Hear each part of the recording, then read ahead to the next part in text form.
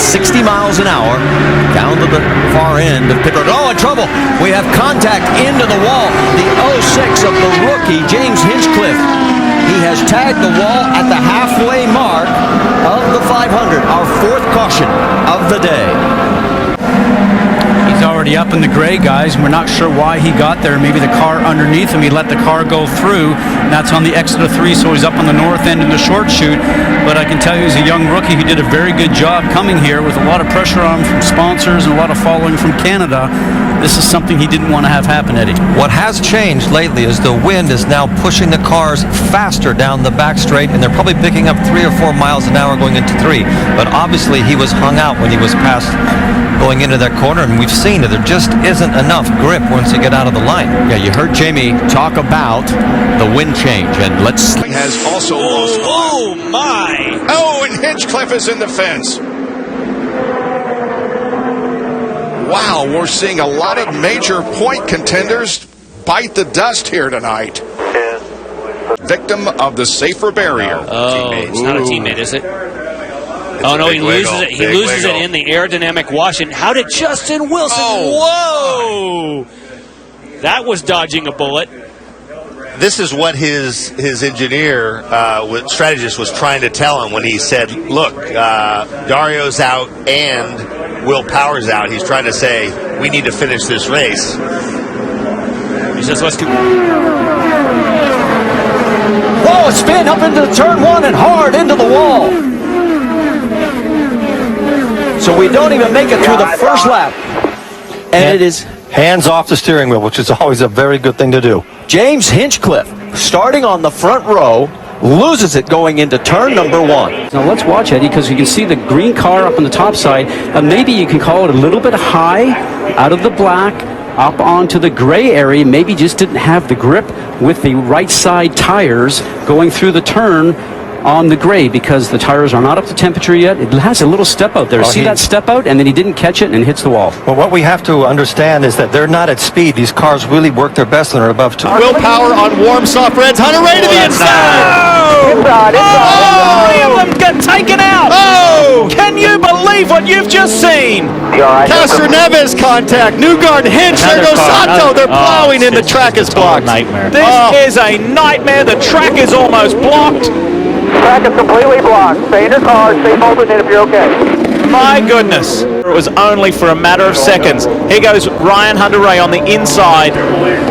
He knew he was there. He knew that Ryan was looking. In fairness to Ryan, he knows that Newgarden's got cold tires, right? Yeah. So he's got 1 lap of heat in the tires. And right at that comes Sato. Oh, yeah, Joseph knew he was coming and faded him.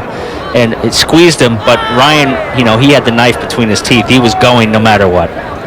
Wow. And Will Power and Mike Conway said thank you very much as they just skipped on through. That was a big impact on Joseph. Now there's going to be some guys here that go into podium contention.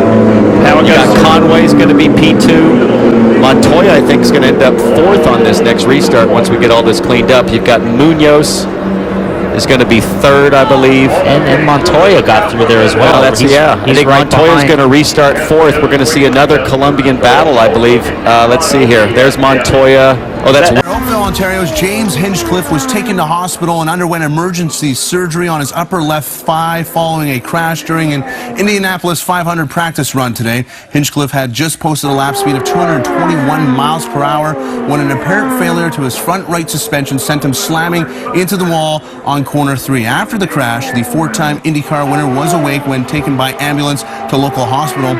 The accident comes just a day after IndyCar sanctioned reduced speeds and increased downforce after having 3 drivers slip their cars within the last week. IndyCar temporarily shut. This time it's Hinchcliffe. Another huge hit. Oh. Radiators are broken. Antifreeze coming out on the track. That's a big hit for Hinch. James Hinchcliffe get into the safety vehicle. We'll ride along with him. Wide open and just loses it. Right in the center of the turn. And that was not just like a gentle loose. That was just a snap gone. Absolutely yeah, no chance. No chance to correct it or try to get out of it. It just snapped and it was all over. Parts flying. Looked like they went over the fence. A very similar contact with the wall is what we saw from Sato earlier. And sounded the same. That's the worst noise in IndyCar racing, man, when you hear. His cars were doing pretty well, worked out well with the timing. And the yellow, and a big crash. It's Hinchcliffe, and it's J.R. Hildebrand. You okay, bud? It is Hildebrand. Hildebrand and Hinchcliffe into the wall hard. Yeah. We heard one in front of I'm sorry, guys. Let's take a look at what happens here. Hinchcliffe on the inside, down low on Hildebrand. Kind of just a racing deal. One guy was coming down, the other guy was coming up just a little bit. They barely touched, and both of them in the wall. Hinchcliffe square on the back attenuator. Hinchcliffe had a little bit of space to the yellow line, but probably didn't want to get too close to the apron. Meanwhile, Hildebrand doesn't really want to run too high, because as we've seen already, if you get up in that gray, you won't. To kind of put it in there that late. He was only at his back wheel. Hildebrand was going for the line. You don't want to get too high and get in the gray, and Hinchcliffe was kind of just stuffing it in there really late. I agree with you, Paul. Here comes the red machine, the Lucas Oil entry of Canada's Robert Wickens. Oh, that's going to be tight through there. Oh! They touch. Oh, my God. Oh! That's Robert Wickens. And his teammate is into him as well, James Hinchcliffe. That was ugly. That was frightening. Big impact. That was a very scary accident. They're all very concerned. So let's have a look here on the inside here. There's Hunter Ray braking sideways, and look at that. Wickens just climbs over the 28 and up into the fence. It was a vicious impact. That is the fastest part of the racetrack. You know, you're wide open, two cars contact, and the angle at which they darted off into the wall and the fence was severe. So the Hunter Ray Wickens crash. Paul, talk us through this one. Yeah, I mean, just looking at this again and thinking about prior accidents in the series, this looked like Michaela Lotion, the accident that he had at Fontana, where he got up in the fence and it just spun the car around like a top. So I mean, it's the worst. It's the absolute worst case. So far through turn one, looks pretty good. How many of your qualifying runs have you Oh! Hinchcliffe with a big one! Big one. Up on its side, he lost it at the apex of turn two. It went loose, and it went around, and this is bad news for tomorrow, unless they've got a spare car ready to go. He's missed the race, and here it just snaps loose. He was up high on the track, way up off the white line there, and it just pancakes the wall on the outside. Just a dead flat hit, and it comes up on its side. It doesn't go over. We see with these openings in the bottom of the tunnel, but right here it just snaps.